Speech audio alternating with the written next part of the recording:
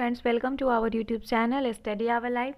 तो फ्रेंड्स, इडुटेरिया बिहार दरोगा का प्रैक्टिस सेट आपका चल रहा था वॉल्यूम 2। उसी से टेस्ट नंबर आज हम 9 को करने वाले हैं। 8 तक आपका समाप्त हो चुका था, आज हम 9 नंबर सेट को करने वाले हैं। उम्मीद करेंगे कि आप सभी को ये सेट जो डेली करवाया जा रहा है वो काफ़ी पसंद आ रहा होगा, इससे काफ़ी हेल्प मिल रहा होगा आप लोगों को। तो चलिए हम स्टार्ट करते हैं सेट नंबर 9 को। तो सेट नंबर 9 रहा आपका ये प्रश्न, और इसमें 100 प्रश्न दिए गए हैं। सारे प्रश्न को हम डिस्कशन के साथ देखने वाले हैं। चलिए स्टार्ट करते हैं। पहला प्रश्न आपसे पूछा गया है कि बिटकॉइन को कानूनी निवेदिता के रूप में मान्यता देने वाला पहला देश कौन सा है। तो बिटकॉइन को कानूनी निविदा लिखा हुआ, सॉरी निविदा, एक मिनट, ये रहा आपका पहला प्रश्न। बिटकॉइन को कानूनी निविदा के रूप में मान्यता देने वाला पहला देश कौन सा है। तो अल सल्वाडोर है, option number C. El Salvador की जो सरकार है, इसने बिटकॉइन को कानूनी निविदा के रूप में अपनाने वाला दुनिया का पहला देश बन चुका है अल सल्वाडोर। अल सल्वाडोर जो है, इसने क्रिप्टो करेंसी ट्रांसफर पर कानून पारित किया है। किस पर? क्रिप्टो करेंसी ट्रांसफर पर कानून पारित किया है अल सल्वाडोर ने। अगला प्रश्न आता है कि निम्नलिखित में किसे अंतर्राष्ट्रीय बुकर पुरस्कार 2023 से सम्मानित किया गया। तो जॉर्जिया गोस्पोदिनोव को, ऑप्शन नंबर सी। बुल्गारिया की लेखक हैं ये जॉर्जी गोस्पोदिनोव। इन्हें टाइम शेल्टर के लिए, इनकी उपन्यास है द टाइम शेल्टर, इनके लिए इन्हें यह पुरस्कार दिया गया है। और इसका जो ट्रांसलेशन है, अनुवाद इसका, वो एंजेला रोडेल ने किया है। किसने? एंजेला रोडेल ने इसका ट्रांसलेशन किया है, वो भी याद रखिएगा। और यहाँ पे सेहान करुणातालिका नाम देख रहे हैं, यह सेहान करुणातालिका को बुकर पुरस्कार 2022 से सम्मानित किया गया। और ये जो है श्रीलंकाई लेखक हैं, श्रीलंकाई लेखक सेहान करुणातालिका। अगला, किस संगठन ने वैश्विक जोखिम रिपोर्ट 2023 जारी किया है। तो आंसर हो जाएगा विश्व आर्थिक मंच। वैश्विक जोखिम रिपोर्ट 2023 को विश्व आर्थिक मंच द्वारा प्रकाशित एक वार्षिक रिपोर्ट है। यह व्यापार, सरकार और नागरिक समाज में जोखिम विशेषज्ञों को विश्व नेताओं के बीच वैश्विक जोखिम धारणाओं को ट्रैक करता है। विश्व आर्थिक मंच एक अंतर्राष्ट्रीय गैर सरकारी संगठन है जो कि स्विट्जरलैंड के जेनेवा के कॉलोनी में स्थित है। विश्व आर्थिक मंच जो है वो एक अंतर्राष्ट्रीय गैर सरकारी संगठन है जो स्विट्जरलैंड के जेनेवा में है। इसकी स्थापना हुआ था 24 जनवरी, कब हुआ था? 24 जनवरी 1971 को इसका स्थापना हुआ था। और जर्मन इंजीनियर और अर्थशास्त्री क्लॉन्स स्वाब, इनका नाम था क्लॉन्स स्वाब ने किया था। और मुख्यालय इसका स्विट्जरलैंड में है। अगला है revolutionaries the other story of how India bone it's freedom पुस्तक के लेखक कौन है। तो revolutionaries the other story of how India bone it's freedom पुस्तक के लेखक हैं संजीव सन्याल। कौन है? संजीव सन्याल। बात करते हैं, अगर हम यहाँ पे दिया हुआ है शांति श्री धूलीपुरित, ये जेएनयू की महिला अध्यक्ष है, जेएनयू की पहली महिला अध्यक्ष है शांति श्री धूलीपुरित। और संजीव सन्याल की पुस्तक का नाम है revolutionaries the other story of how India bone it's freedom. ये पुस्तक के लेखक कौन है? संजीव सन्याल। रस्किन बाउंड की पुस्तक काफ़ी एग्जाम में आते हैं, आपको बता देते हैं, द गोल्डन ईयर्स है। उसके बाद फिरोज बरून गांधी जो है, उनकी पुस्तक एक याद रखिएगा, द इंडियन मेट्रोपोलिस, बहुत इंपॉर्टेंट है ये दोनों बुक। महिला निधि किस राज्य या केंद्र शासित प्रदेश द्वारा शुरू की गई पहली महिला सहकारी निधि है। तो राजस्थान, ऑप्शन नंबर डी। पूरी तरह से महिला द्वारा संचालित सहकारी निधि यानी महिला निधि अगस्त 2022 में जयपुर में स्थापित किया गया था, जो कि औपचारिक बैंकिंग प्रणाली के साथ एक पूरक निकाय के रूप में कार्य करती है। और इसे तेलंगाना की स्त्री निधि क्रेडिट को ऑपरेटिव फेडरेशन की तर्ज पर स्थापित किया था। और यह 48 घंटे के भीतर 40,000 तक का जो ऋण है वो वितरित करता है और 15 दिनों की अवधि के भीतर अधिक राशि का क्रेडिट भी जारी करता है। तो ऑप्शन नंबर आपका क्या हो गया? डी, राजस्थान। अगला प्रश्न, किस राज्य में कोप इंडिया अभ्यास का आयोजन किया गया। तो पश्चिम बंगाल में। भारत और अमेरिका के बीच, किसके बीच? तो इंडिया vs अमेरिका के बीच जो है ये वायुसेना का अभ्यास है, जो कि पश्चिम बंगाल में कलाईकुंडा एयरबेस पर 10 से 21 अप्रैल 2023 तक किया गया। इसका क्या नाम है? कोप इंडिया अभ्यास। किस देश ने पहली भारत मध्य एशिया सांस्कृतिक मंत्रियों की बैठक की मेजबानी की है? Option number B Bharat. संस्कृति, पर्यटन और उत्तर पूर्वी क्षेत्र के विकास मंत्रालय के मंत्री जे किशन रेड्डी ने पहली भारत मध्य एशिया संस्कृत मंत्रियों की बैठक की मेजबानी की है। बैठक में Kazakhstan, Kyrgyzstan, Tajikistan, Turkmenistan and Uzbekistan के सांस्कृतिक मंत्रियों ने भाग लिया था। अगला प्रश्न है, इसरो ने किन संस्थानों के साथ मिलकर रियूजेबल लॉन्च व्हीकल RLV-LEX का परीक्षण किया है?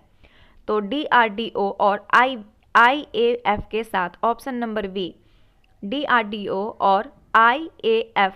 हाल ही में जो है इसरो द्वारा, किसके द्वारा? इसरो के द्वारा DRDO और IAF के सहयोग से रियूजेबल लॉन्च व्हीकल RLV-LEX का परीक्षण किया गया है।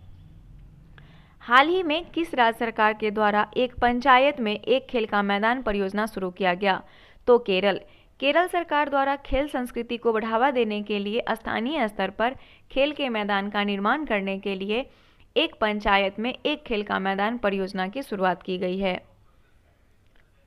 आगे देखते हैं, किस राज्य ने सोलर रूफटॉप ऑनलाइन पोर्टल विकसित किया है? तो Goa solar rooftop online portal Goa ऊर्जा विकास एजेंसी GEDA इसका शॉर्टकट नाम है ना।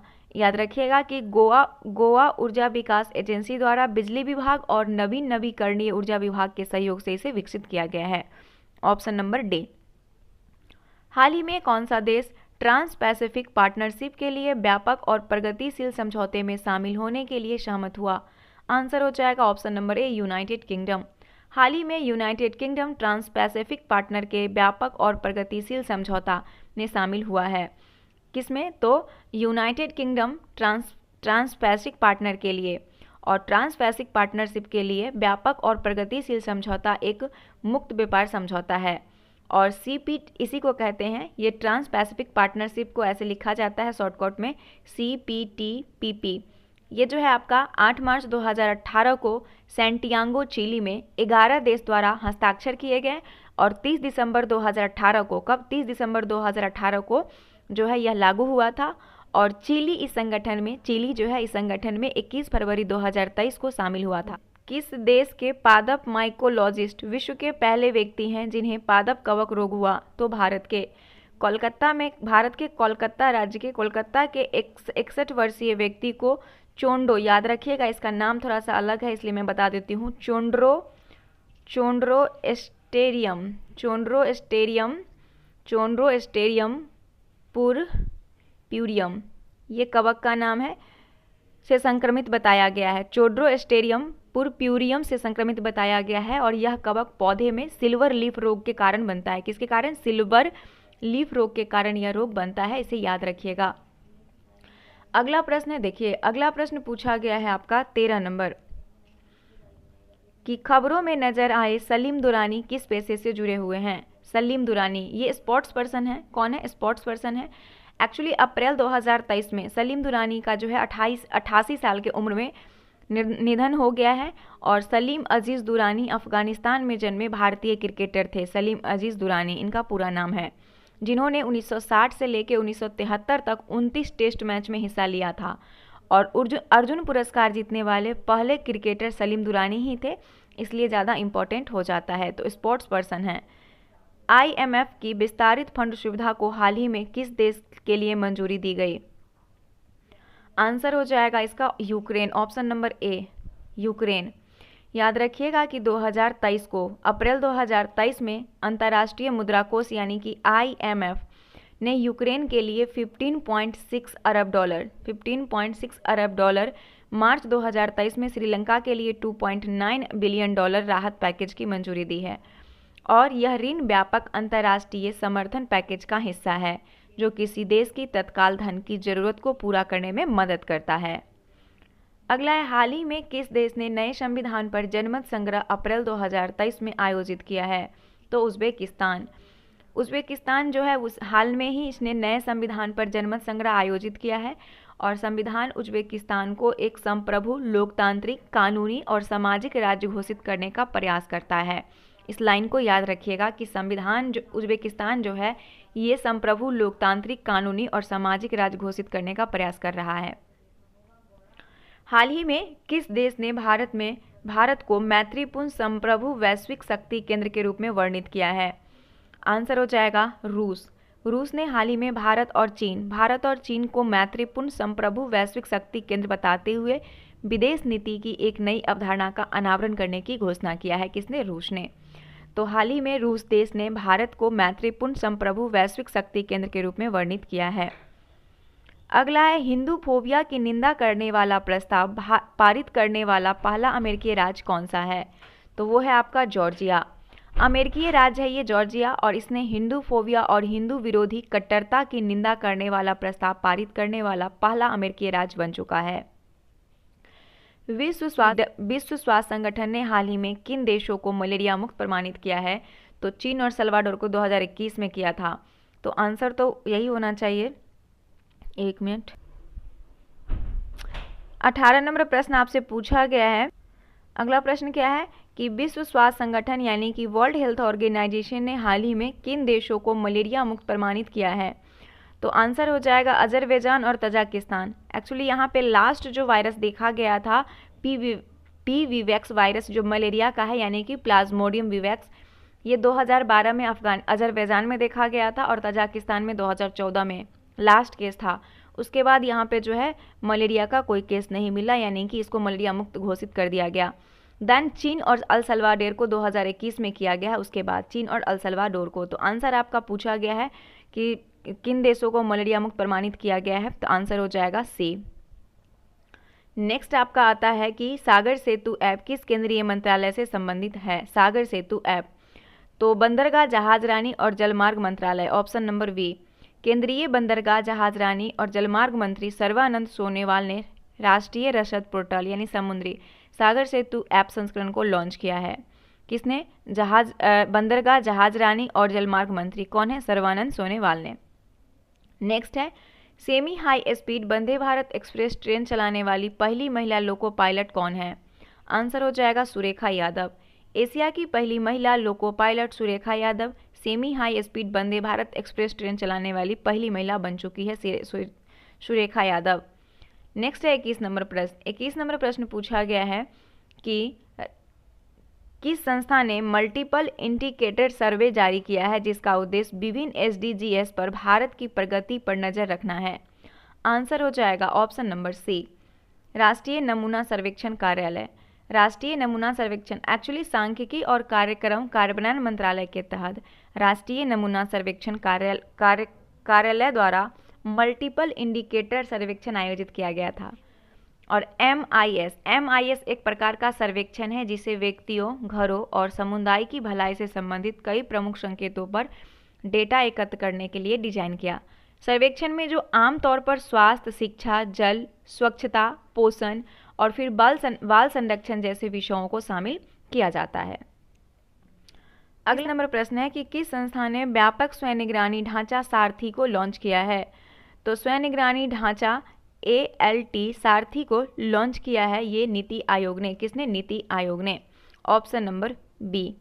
अगला प्रश्न देखिएगा कि किस राज्य ने राज्य विधायिका द्वारा पारित कई विधायक पर कार्रवाई करने से इनकार करने पर राज्यपाल के खिलाफ सर्वोच्च न्यायालय का रुख किया है? तो वो हो जाएगा तेलंगाना।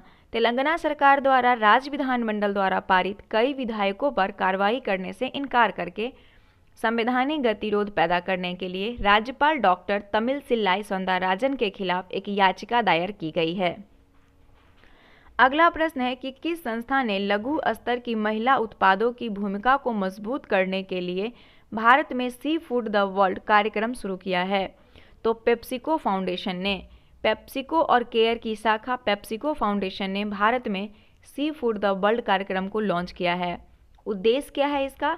तो इसका उद्देश्य साफ है कि अस्थायी प्रशिक्षण और आर्थिक सहायता के माध्यम से कृषि क्षेत्र में छोटे स्तर की महिला उत्पादकों की भूमिका को जो है मजबूत करना है। अगला प्रश्न क्या कह रहा है कि भारत ने हाल ही में किस देश के साथ द्विपक्षीय संबंधों को रणनीतिक साझेदारी तक बढ़ाने का निर्णय लिया है? तो वो है मिस्र, ऑप्शन नंबर ए। हाल ही में भारतीय प्रधानमंत्री नरेंद्र मोदी ने भारत और मिस्र के द्विपक्षीय संबंधों पर चर्चा करने के लिए 1997 में यानी 1997 के बाद पहली बार मिस्र का दौरा किए हैं। और मिस्र सरकार ने प्रधानमंत्री को अपना सर्वोच्च सम्मान जिसका नाम है ऑर्डर ऑफ द नाइल भी प्रदान किया है, ऑर्डर ऑफ द नाइल। भारतीय संविधान में लोक जनहित याचिका जिसको PIL बोलते हैं, PIL की अवधारणा किस देश से ली गई है? तो ये अमेरिका से लिया गया है। PIL यानी पब्लिक इंटरेस्ट लिटिगेशन, इसका फुल फॉर्म होता है जनहित याचिका की अवधारणा अमेरिका के संविधान से लिया गया है। भारत में जनहित याचिका सर्वोच्च न्यायालय की न्यायिक सक्रियता का एक उत्पाद है जिसकी शुरुआत 1980 के दशक के मध्य हुई थी और न्यायमूर्ति BR कृष्ण अय्यर तथा न्यायमूर्ति PN भगवती जनहित याचिका की अवधारणा के प्रवर्तक थे और इसे केवल सर्वोच्च न्यायालय या फिर उच्च न्यायालय में दायर किया जा सकता है जहां रिट याचिका व्यक्तियों या संस्थानों द्वारा अपने लाभ के लिए दायर की जाती है, वहीं जनहित याचिका आम जनता के लाभ के लिए दायर की जाती है। तो रिट जो है वो याचिका व्यक्ति या संस्थान के जो लाभ होते हैं उसके लिए दायर की जाती है, लेकिन जो PIL यानी कि जनहित याचिका ये आम जनता के लाभ के लिए दायर की जाती है। अगला है निम्नलिखित में किस अनुच्छेद के तहत विधानसभा के अध्यक्ष उपाध्यक्ष का प्रावधान निहित है?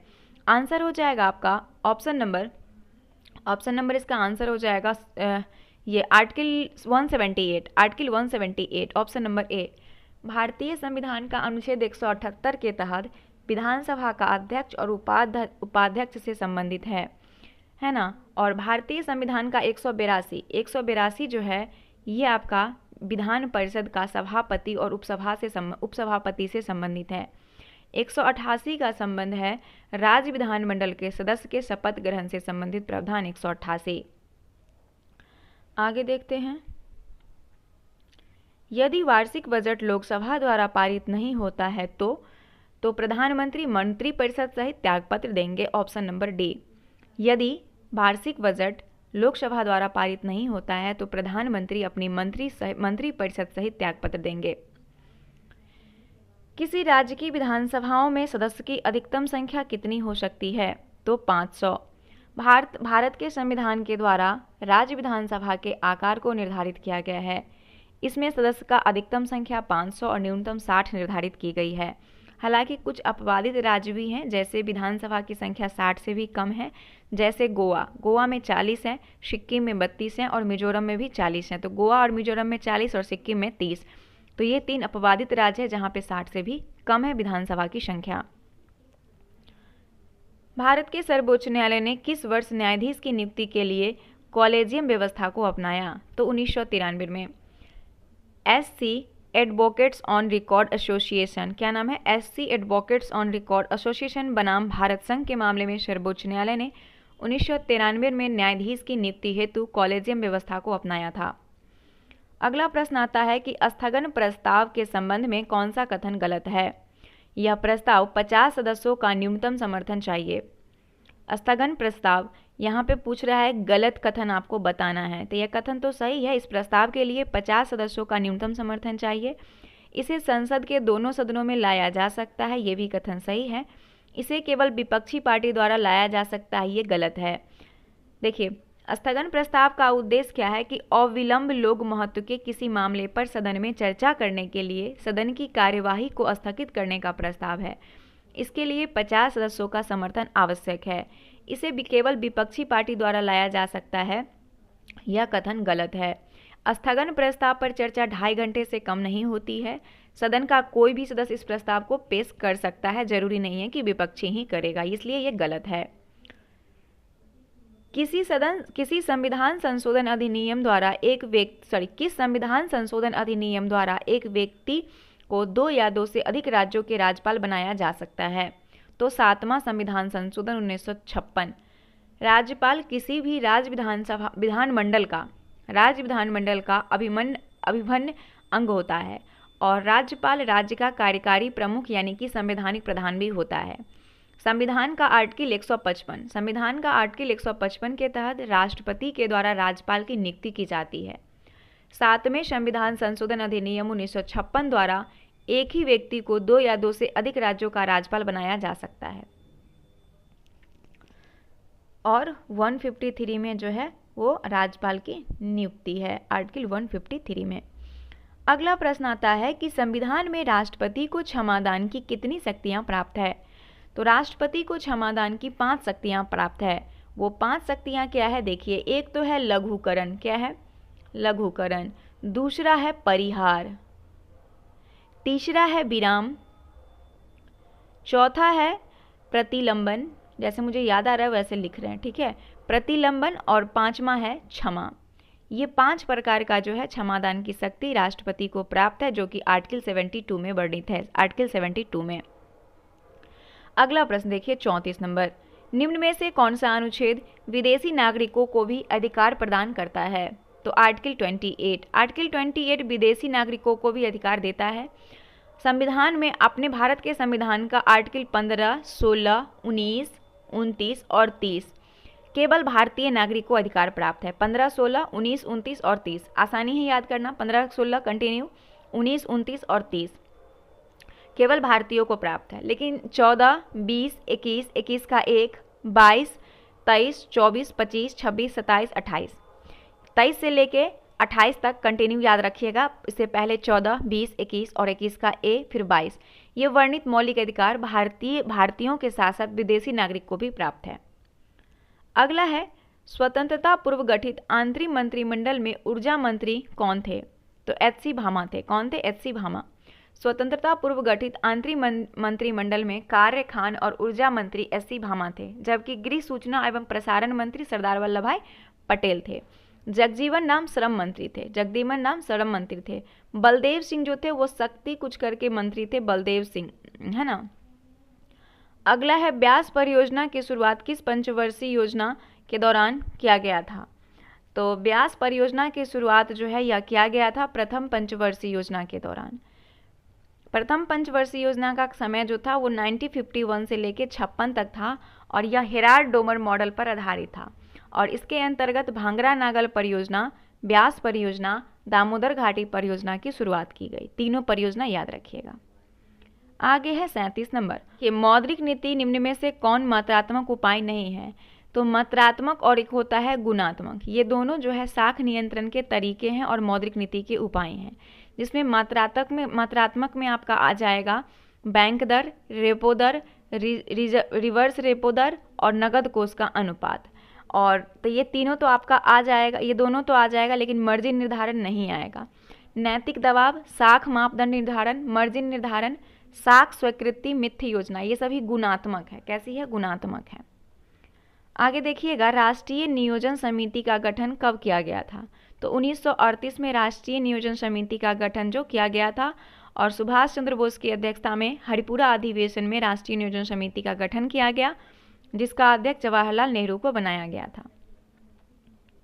चाय के उत्पादन में कौन सा देश अग्रणी है? तो चाय के उत्पादन में चीन अग्रणी है। कौन? चीन। बात करते हैं अगर क्रम वाइज तो सबसे पहले चीन, फिर भारत, फिर केन्या, श्रीलंका, फिर वियतनाम। ये टॉप 5 देश याद रखिएगा। भारत की अर्थव्यवस्था को सबसे अच्छे देश से किन शब्दों में व्यक्त किया जा सकता है? तो इसमें आप कह सकते हैं मिश्रित अर्थव्यवस्था के रूप में। भारत की अर्थव्यवस्था मिश्रित है और मिश्रित अर्थव्यवस्था से तात्पर्य उस अर्थव्यवस्था से है जहां सार्वजनिक एवं निजी दोनों का सह अस्तित्व है, सार्वजनिक और निजी दोनों का। भारत में निम्न में से किस क्रम की चट्टान भवन निर्माण हेतु उपयुक्त चूना पत्थर, बलुआ पत्थर, सजावटी पत्थर आदि के लिए प्रसिद्ध है? आंसर हो जाएगा ए, विंध्यशैल समूह की चट्टान। विंध्यशैल समूह की चट्टान जो है ये भारत में जो है भवन निर्माण, बलुआ पत्थर, सजावटी पत्थर के रूप में प्रयोग किया जाता है, मतलब प्रसिद्ध है। बात करते हैं इन पत्थरों का विस्तार कहाँ पे है? तो राजस्थान में है, मध्य प्रदेश में है, छत्तीसगढ़ में है और उत्तर प्रदेश में है। चित्रकूट जलप्रपात को भारत का नियाग्रा जलप्रपात की संज्ञा दी जाती है। चित्रकूट जलप्रपात किस नदी पर स्थित है? तो इंद्रावती नदी पर है। चित्रकूट जलप्रपात जिसे भारत का नियाग्रा जलप्रपात भी कहते हैं, ये इंद्रावती नदी पर स्थित है जो कि छत्तीसगढ़ राज्य के बस्तर जिले में है। निम्नलिखित में कौन सा कथन असत्य यानी गलत है? मुरलेन नेशनल पार्क मिजोरम, ये आपका सही है। Intanki national park Nagaland, Balphakram national park Meghalaya, Mouling national park Madhya Pradesh गलत है। मौलिंग नेशनल पार्क अरुणाचल प्रदेश में है, ना कि मध्य प्रदेश में। मौलिंग नेशनल पार्क अरुणाचल प्रदेश में है और यह विविध वनस्पतियों और जीवों के लिए आरक्षित घर है। इस क्षेत्र के वनस्पति ऊंचाई के अनुसार बदलती है और ऊपरी भाग पर जो है ऊपरी भाग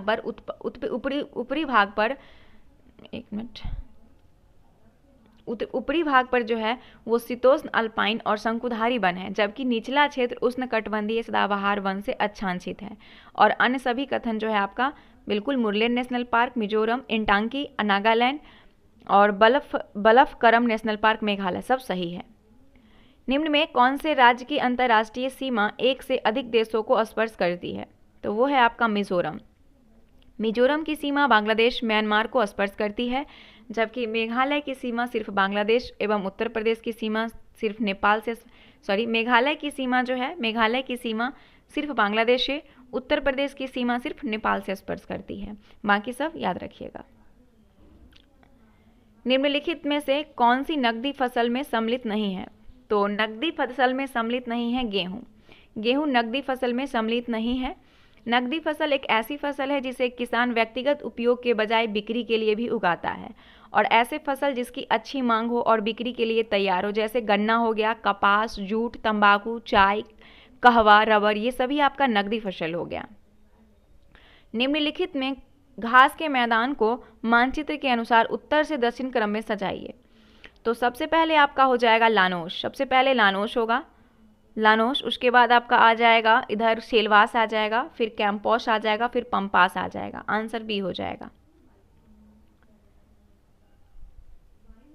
अच्छा, लानोस में जो घास का मैदान, लानोस कहाँ के घास के मैदान का नाम है? तो वेनेजुएला का। सेलवास है अमेजन बेसिन का, कैंपोस है ब्राजीलियन उच्च भूमि के पश्चिम का, और पंपास अर्जेंटीना और उरुग्वे का। याद रखिएगा। हमारे सौरमंडल का दूसरा सबसे छोटा ग्रह कौन सा है? तो वो है मंगल। मंगल हमारे सौरमंडल का दूसरा सबसे छोटा ग्रह है आकार के अनुसार। अगर आकार के अनुसार बढ़ते क्रम देखेंगे तो बुध, फिर मंगल, फिर शुक्र, फिर पृथ्वी, फिर वरुण, अरुण, शनि और बृहस्पति हो जाएगा। निम्नलिखित में कौन सी अटलांटिक महासागर की गर्म जलधारा है? तो अटलांटिक महासागर की गर्म जलधारा फ्लोरिडा जलधारा है। फ्लोरिडा अटलांटिक महासागर की गर्म है, जबकि फॉकलैंड, लैब्राडोर, कनारी ये सभी अटलांटिक महासागर की ठंडी जलधारा है। निम्नलिखित में कौन सा देश स्वर्णिम त्रिभुज के अंतर्गत नहीं आते हैं? तो स्वर्णिम त्रिभुज के अंतर्गत वियतनाम नहीं आता है, लाओस, थाईलैंड और म्यांमार आता है। लाओस, थाईलैंड और म्यांमार आता है, और वियतनाम नहीं आता है। स्ट्राम्बोली ज्वालामुखी किस देश में स्थित है? तो स्ट्राम्बोली ज्वालामुखी जो है वो इटली में है। कहाँ पे? इटली में है स्ट्राम्बोली ज्वालामुखी, और इसमें सदा प्रचलित गैस निकला करती है, जिससे क्या है कि वह के आसपास के भाग प्रकाशित रहता है, और इसी कारण इस ज्वालामुखी को भूमध्य सागर का प्रकाश स्तंभ भी कहते हैं। सातवाहन वंश के किस शासक के सिक्के पर जहाज का चित्र बना हुआ है? तो यज्ञश्री सतकर्णी का। ऑप्शन नंबर सी। सातवाहन वंश के शासक यज्ञश्री सतकर्णी व्यापार एवं जल यात्रा में विशेष रुचि रखते थे, और ये शासक जो थे वो अपनी सिक्का पर जलयान का चित्र अंकित करवाए थे। सातवाहन वंश के संस्थापक शिमुख थे। राजधानी प्रतिष्ठान या पैठान थी। इसकी भाषा प्राकृतिक थी। क्या? प्राकृत भाषा थी। माध्यमिका सूत्र की रचना किसके द्वारा की गई है? तो माध्यमिक सूत्र की रचना जो किए हैं इसके रचनाकार हो जाएंगे आपका, क्या तो नाम था इनका, नागार्जुन। कौन है? नागार्जुन की रचना है ये माध्यमिक सूत्र नागार्जुन की। नागार्जुन जो थे वो कनिष्क के दरबार के प्रमुख कवि थे, और कनिष्क के दरबार में रहने वाले और भी कवि थे, जैसे अशोक घोष थे, वसुमित्र भी थे, और कनिष्क जो था वो कुषाण वंश का प्रमुख शासक था। इसने 78 ईस्वी में शक संवत चलाया था, और कुषाण वंश का अंतिम शासक पूछे तो वो वासुदेव था। मौर्य प्रशासन में मुद्रा टकसाल का अध्यक्ष क्या कहलाता था? तो लक्षणाध्यक्ष कहलाता था। मौर्य प्रशासन का प्रमुख अध्यक्ष, कृषि विभाग का अध्यक्ष सीता अध्यक्ष कहलाता था। जो कृषि विभाग का अध्यक्ष होता था सीता अध्यक्ष। मापतौल का पौतवा अध्यक्ष, व्यापार वाणिज्य का अध्यक्ष पान्याध्यक्ष, और चारागाह का जो अध्यक्ष होता था उसको विविधता अध्यक्ष कहते थे, विविधता अध्यक्ष, और खानों का अध्यक्ष आकारा अध्यक्ष कहलाता था।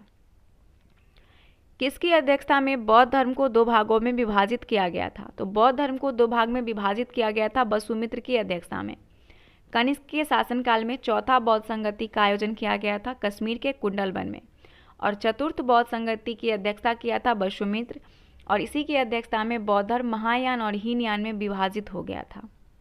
शेरशाह के शासनकाल में भू राजस्व की दर कुल उत्पादन का कितना भाग था? तो 1/3 था। जो शेरशाह सूरी थे उनका शासनकाल था 1540 से लेकर 45 तक। इसे बहार खां लुहानी ने शेरखां की उपाधि दी थी। इसके द्वारा काबुलियत एवं पट्टा प्रथा की पद्धति शुरू किया गया, और इसके शासनकाल में भू राजस्व दर 1/3 थी। किस सिख धर्म गुरु की मृत्यु चेचक बीमारी से हुई थी? तो गुरु हरकिशन की, ऑप्शन नंबर सी।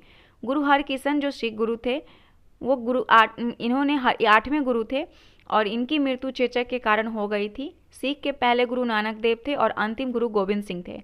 गुरु गोविंद सिंह ने स्वयं को सच्चा पातशाह कहकर संबोधित किया था, और 1699 में बैसाखी के दिन गुरु गोविंद सिंह ने खालसा पंथ का स्थापना किया था। पाहुल प्रणाली की शुरुआत किसने की थी? तो पाहुल प्रणाली गुरु गोविंद सिंह ने ही की थी। अगला है बंगाल नेशनल कॉलेज की स्थापना किसके द्वारा की गई? तो रविंद्रनाथ टैगोर के द्वारा। रविंद्रनाथ टैगोर की बात करें तो राष्ट्रीय शिक्षा के विकास के उद्देश्य से शांति निकेतन के तर्ज पर रविंद्रनाथ टैगोर ने बंगाल नेशनल कॉलेज की स्थापना किए थे, और इसका प्राचार्य अरविंद घोष को बनाया गया था। किसे? अरविंद घोष को। बिहार के व्यक्तिगत सत्याग्रह के प्रथम सत्याग्रही कौन थे? तो श्री कृष्ण सिंह थे। व्यक्तिगत सत्याग्रह के लिए गांधी जी ने कृष्ण जी को बिहार का प्रथम सत्याग्रही नियुक्त किया था, और देश में व्यक्तिगत सत्याग्रह के प्रथम सत्याग्रही विनोबा भावे थे, देश में अगर पूछा जाए तो।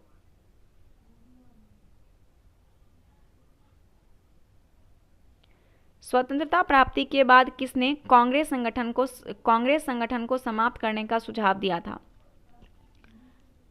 तो वो थे Mahatma Gandhi, option number B. Mahatma Gandhi जो थे, महात्मा गांधी 2 फरवरी 1948 को हरिजन पत्रिका में उनकी अंतिम इच्छा शीर्षक से एक दस्तावेज प्रकाशित हुआ था, अंतिम इच्छा करके। और हत्या के 3 दिन पहले गांधी जी ने कहा कि जो भारतीय राष्ट्रीय कांग्रेस है उसको भंग कर दिया जाए, और उसकी जगह पर लोक सेवक संघ या फिर एक जन सेवा संगठन की स्थापना किया जाए, जिससे राजनीतिक दलों एवं सांप्रदायिक संस्थानों के बीच प्रतिस्पर्धा हमेशा के लिए समाप्त हो जाएगा।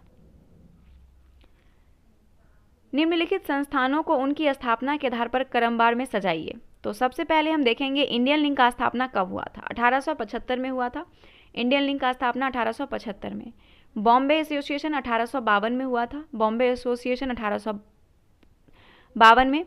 उसके बाद इंडियन एसोसिएशन का हुआ था 1876 में, और मद्रास महाजन सभा का 1884 में, मद्रास महाजन सभा का। तो अब आप सजा सकते हैं, सबसे पहले 3, 1, 4, 2, ऑप्शन नंबर बी हो जाएगा। नील विद्रोह के संदर्भ में निम्नलिखित कथन पर विचार कीजिए। यह विद्रोह 1861 से 62 में बंगाल के क्षेत्र में हुआ था। यह कथन जो है आपका पूछ रहा है कि इसमें से आपको सही कथन ढूंढना है, तो यह कथन सही नहीं है। बात करते हैं, आंदोलन की शुरुआत दिगंबर विश्वास और विष्णु विश्वास नामक 2 व्यक्तियों ने की थी, सही है। उसके बाद है आंदोलन की सफलता का प्रमुख कारण हिंदू मुस्लिम किसानों की भी संपूर्ण एकता थी, ये भी सही है। 2, 3 सही है, तो आंसर आपका बी हो जाएगा इसमें। 2, 3 यहाँ पे देख सकते हैं। फिर हम देखते हैं इसके बारे में डिस्कशन। मुख्यतः बंगाल के क्षेत्र में नील उत्पादक द्वारा जबरन किसान से नील की खेती कराने से परेशान किसान ने सितंबर 1858 में, कब 1858 में नील न उगाने का निर्णय लेकर बगान मालिक के विरुद्ध विद्रोह कर दिया। और विद्रोह की पहली घटना बंगाल के नंदिया जिला 1859 ईस्वी में स्थानीय नेता दिगंबर विश्वास और विष्णु विश्वास के नेतृत्व में किसानों ने नील की खेती बंद कर दी। और ये किसान आंदोलन का सबसे हिंसक और व्यापक रूप था, और यह सफल विद्रोह या जिसका एक प्रमुख कारण हिंदू मुस्लिम एकता भी था। दीनबंधु मित्रा द्वारा 1859 में लिखी गई साहित्य नील दर्पण में नील की खेती करने वाले किसान का दर्द एवं संघर्ष बताया गया है। आंसर आपका बी हो जाएगा। 2 और 3 कथन सत्य है, बाकी गलत है। निम्नलिखित में किसका विरोध स्वामी दयानंद सरस्वती द्वारा नहीं किया गया था? आंसर हो जाएगा डी, कर्म का सिद्धांत। स्वामी दयानंद सरस्वती को भारत का मार्टिन लूथर कहते हैं। उन्होंने जो है वो वेदों को सर्वोच्च माना था, और पुनर्जन्म एवं कर्म के सिद्धांत में अटूट विश्वास था। उन्होंने कर्मकांड, मूर्ति पूजा, तंत्र मंत्र का विरोध किया था। खान अब्दुल गफ्फार खां द्वारा संचालित लाल कुर्ती आंदोलन किस राष्ट्रीय आंदोलन के दौरान चलाया गया था? आंसर हो जाएगा ए, संबनीय बग्या आंदोलन। खान अब्दुल गफ्फार खां को खान अब्दुल गफ्फार खान ने खुदाई खिदमतगार नामक एक स्वयंसेवी संगठन का स्थापना किया, जिसे लाल कुर्ती के नाम से भी जाना जाता है। और इस संगठन ने भारत के उत्तरी पश्चिमी सीमांत प्रांत में अब्दुल गफ्फार खान के नेतृत्व में मुसलमानों ने संबंधी अवज्ञा आंदोलन में महत्वपूर्ण भूमिका निभाई, जिसमें खुदाई खिदमतगार के पठान ने राष्ट्रीय एकता का नारा बुलंद किया और साम्राज्यवादी शासन के खिलाफ आंदोलन किया। इसी कारण इस आंदोलन को लाल कुर्ती आंदोलन या खुदाई खिदमतगार आंदोलन भी कहा जाता है। निम्न में से कौन सा कार्य 1931 में भारतीय राष्ट्रीय कांग्रेस के कराची अधिवेशन में हुआ था? आंसर है मौलिक अधिकारों का प्रस्ताव पारित हुआ, आर्थिक नीति का प्रस्ताव पारित हुआ, गांधी इरविन समझौता का अनुमोदन किया। Answer D. कराची अधिवेशन की अध्यक्षता पटेल जी किए थे, सरदार पटेल 1931 में। इसमें मौलिक अधिकार और आर्थिक कार्यक्रम से संबंधित प्रस्ताव को पारित किया गया और साथ ही गांधी इरविन समझौता का भी अनुमोदन किया गया था। वारदोली सत्याग्रह किस वर्ष चलाया गया था? तो 1928 में वारदोली सत्याग्रह गुजरात के सूरत जिले में बारदोली तालुका में 1928 में किसानों ने सरदार वल्लभ भाई पटेल के नेतृत्व में यह आंदोलन चलाया था। और यह आंदोलन में महिला ने सरदार वल्लभ भाई पटेल को सरदार की उपाधि दी थी। 16 वन भारत के किस क्षेत्र में पाए जाते हैं? तो 16 वन जो है वो पश्चिमी घाट में पाया जाता है, भारत के पश्चिमी घाट में, और ये भिन्न भिन्न क्षेत्रों में भी पाई जाती है। मतलब जो पश्चिमी क्षेत्र हैं उसके भिन्न भिन्न क्षेत्र में भी पाई जाती है, कोई पार्टिकुलर प्लेस नहीं है उसका। कार्टाजेना जैव सुरक्षा प्रोटोकॉल लागू किया गया था तो 2003 में, जो कि ऑप्शन आपका इधर दिया हुआ है। कार्टाजेना जैव सुरक्षा प्रोटोकॉल को 2003 में लागू किया गया। उद्देश्य क्या था? जीवित संशोधित जीवों की सुरक्षित हस्तांतरण, संचालन, उपयोग के क्षेत्र में पर्याप्त स्तर की सुरक्षा सुनिश्चित करने में योगदान करना। अगला है, ओजोन तथा सल्फ्यूरिक एसिड किस प्रकार के प्रदूषक का उदाहरण है? तो द्वितीय प्रदूषक का। वैसे प्रदूषक जो प्राथमिक प्रदूषक की आपसी अंतःक्रिया के कारण निर्मित होता है द्वितीय प्रदूषक कहलाता है, जैसे ओजोन, नाइट्रोजन के ऑक्साइड etc। आगे है, कौंडिन्या पक्षी विहार कहाँ स्थित है? तो कौंडिन्या पक्षी विहार जो है ये आंध्र प्रदेश में है। कौंडिन्या पक्षी विहार आंध्र प्रदेश में है। घाना पक्षी विहार राजस्थान में है, घाना। और नेलपट्टू पक्षी विहार आंध्र प्रदेश में है, नेलपट्टू। उसके बाद सुल्तानपुर पक्षी विहार हरियाणा में है। सलीम अली पक्षी विहार गोवा में है। ऊर्जा का पिरामिड होता है, हमेशा सीधा होता है ऊर्जा का पिरामिड, याद रखिएगा। जो हमेशा सीधा होता है ऊर्जा का, क्योंकि ऊर्जा का प्रवाह एक दिशीय होता है और प्रत्येक पोषण स्तर पर ऊर्जा का कुछ न कुछ जो है वो क्षय जरूर होता है। एक बीज के अंकुरण के लिए निम्नलिखित में कौन सी 3 परिस्थिति सर्वाधिक महत्वपूर्ण है? तो बीज को अंकुरण के लिए 3 कंडीशन चाहिए, उसे पानी चाहिए, उचित टेम्परेचर चाहिए और ऑक्सीजन चाहिए। ऑप्शन नंबर बी, तभी जाके कोई बीज जो है आपका अंकुरेगा, है ना। कुनेन जो कि मलेरिया के लिए प्रमुख औषधि है वह प्राप्त होता है तो शिनकोना के छाल से प्राप्त होता है, ये तो जानते हैं। लेकिन यहाँ पे आपसे वो नहीं पूछा गया है, यहाँ पे आपको एक अमृत बीजीय बीजीय पादप में बताना है आपको। तो हम लोग अमृत बीजीय पौधा पादप से प्राप्त होता है, अमृत बीजीय जो है उससे प्राप्त होता है आपका। और यह एक औषधि है जो कि सिनकोना नामक पौधे की छाल से प्राप्त किया जाता है और यह पौधा आवृतबीजी पादप है। आवृतबीजी पौधे में बीज सदैव फलों के अंदर होता है, बीज जो होता है वो फलों के अंदर होता है। अंडाशय पूर्णतः विकसित होता है, यानी शाखाएं, यानी जिसको हर्ब्स बोलते हैं, और सर्ब्स यानी झाड़ी, वृक्ष, 3 प्रकार के ये होते हैं। और इस समुदाय के पौधे पुष्पीय पादप कहलाते हैं क्योंकि इसमें पूर्ण विकसित पौधे उपस्थित होते हैं, जैसे सरसों, गुड़हल। अगला पूछा गया है कि एनेलिडा और मोलस्का के बीच संयोजक करी के रूप में किसे जाना जाता है? तो नियोपाइलिना को। ऑप्शन नंबर सी, एनेलिडा और मोलस्का के बीच जो संयोजक करी है, कनेक्टिंग लिंक होता है, उसको बोला जाता है नियोपिलिनिया। अधिकांश कीट श्वसन कैसे करते हैं? तो जो अधिकांश कीट होते हैं वो बातक तंत्र के द्वारा अपना श्वसन करते हैं, बातक तंत्र के द्वारा। नाभिक के अलावा कोशिका के किस कोशिकांग में डीएनए होता है? तो माइटोकॉन्ड्रिया में। कोशिका के नाभिक के अलावा माइटोकॉन्ड्रिया तथा हरितलवक नामक कोशिका अंग में डीएनए पाया जाता है और डीएनए आनुवांशिक लक्षण को एक पीढ़ी से दूसरी पीढ़ी ले जाता है। निम्न में कौन सा सही सुमेलित नहीं है? यहाँ पे दिया है नीलहरित शैवाल धान, राइबोजियम ल्यूक्यूमिनेरियस मटर, एजोटोबैक्टर गेहूं, एजोला मक्का, ये आपका सुमेलित नहीं है। एजोला मक्का नहीं होगा। एजोला, एनाविना, नोस्टॉक, नीलहरी सवाल आदि धान की फसल में नाइट्रोजन स्थिरीकरण को बढ़ावा देता है और ये जैव उर्वरक की तरह कार्य करता है। राइजोबियम ल्यूक्यूमेनियस जो है ये मटर की फसल और एजोवैक्टर गेहूं की फसल में नाइट्रोजन स्थिरीकरण का कार्य करता है। और एजोटोबैक्टर जो है, एजोटोबैक्टर एक मुक्त जीवित नाइट्रोजन फिक्सिंग जीवाणु है, जबकि राइजोबियम एक सहजीवी नाइट्रोजन फिक्सिंग जीवाणु है। एंजाइम के संदर्भ में निम्नलिखित कथन में से कौन सा सही है? तो दिया है वो जैव उत्प्रेरक है, सही है। वो शरीर में उसी स्थान पर अपना कार्य करते हैं जहां वो उत्पादित होते हैं, बिल्कुल दोनों कथन आपका सही है एंजाइम के संदर्भ में। तो आप इसको आंसर सी कर सकते हैं, दोनों सही है। अगला प्रश्न क्या पूछा गया है कि सामान्यतः मनुष्य का रक्तदाब 120/80 है, ये संख्याएं रक्तदाब को दर्शाती है। तो 120/80 मनुष्य का जो ब्लड प्रेशर होता है वो नॉर्मल होता है, और इसमें अगर हम बात करते हैं 120 तो ये निलय संकुचन होता है, और 80 जो होता है वो निलय विश्रांति होता है। ठीक है, ऑप्शन नंबर आपका। और किसी व्यक्ति का रक्तदाब सिस्टोलिक या फिर डायस्टोलिक रक्तदाब के रूप में अभिव्यक्त किया जाता है। संख्या 120/80 के ऊपर की संख्या सिस्टोलिक और नीचे की संख्या डायस्टोलिक कहलाता है। ऑप्शन ए कर सकते आंसर। निम्न में से कौन सा कथन सही नहीं है? यहाँ पे गलत कथन पूछा गया है। तो एक्टिनाइड रेडियो एक्टिव तत्वों का समूह होता है, बिल्कुल सही है। एक्टिनाइड रेडियो सक्रिय तत्वों का समूह है। लिथियम सबसे अधिक प्रबल अपापचयक धात्विक तत्व होता है, ये भी सही है। सीजियम, गैलेलियम, सेलेनियम उत्कृष्ट धातु है, गलत है, सत्य नहीं है। बात करते हैं हम लोग सीजियम का, क्या है ऑप्शन में दिया हुआ, एक मिनट। सीजियम, गैलेलियम, सिलेनियम उत्कृष्टियम धातु नहीं है। लिथियम सबसे हल्का धात्विक तत्व है और यह सबसे प्रबल अपापचयक लिथियम होता है, सही है। एक्टिनाइड रेडियो सक्रिय तत्व समूह का होता है, ये भी सही है। गोल्ड, प्लेटिनम, सिल्वर और मरकरी, ये उत्कृष्ट हो जाएगा। गोल्ड, प्लेटिनम, सिल्वर और मरकरी उत्कृष्ट धातु है। गैलियम धातु कमरे के टेम्परेचर पर द्रवावस्था में पाया जाता है, गैलियम। और सेलेनियम धातु का उपयोग फोटो इलेक्ट्रिक सेल में किया जाता है।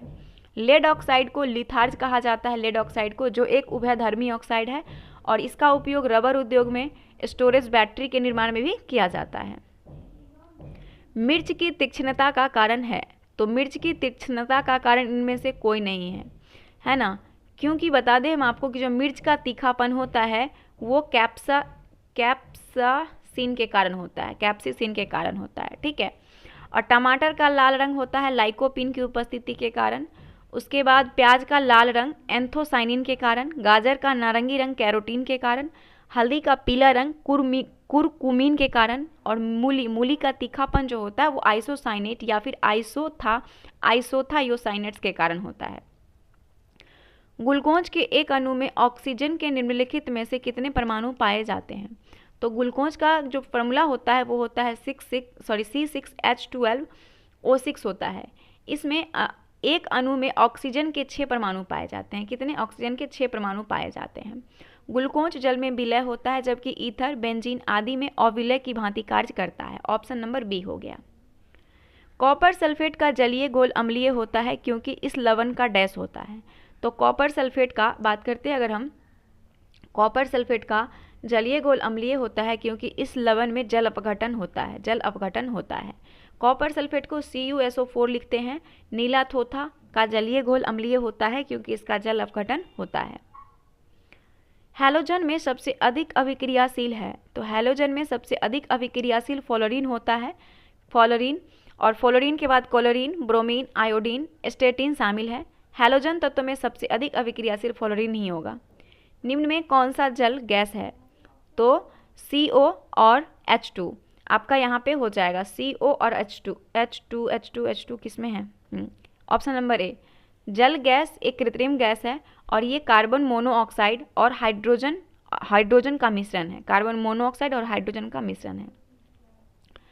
निम्नलिखित में किसका गलनांक सबसे उच्च होता है? तो गलनांक उच्च होगा बोरॉन का। किसका? बोरॉन का गलनांक उच्च होता है, 2453 केल्विन गलनांक होता है इसका। एल्युमिनियम का 933 होता है, सिलिकॉन का 1693 होता है और लोहा का 1808 केल्विन होता है।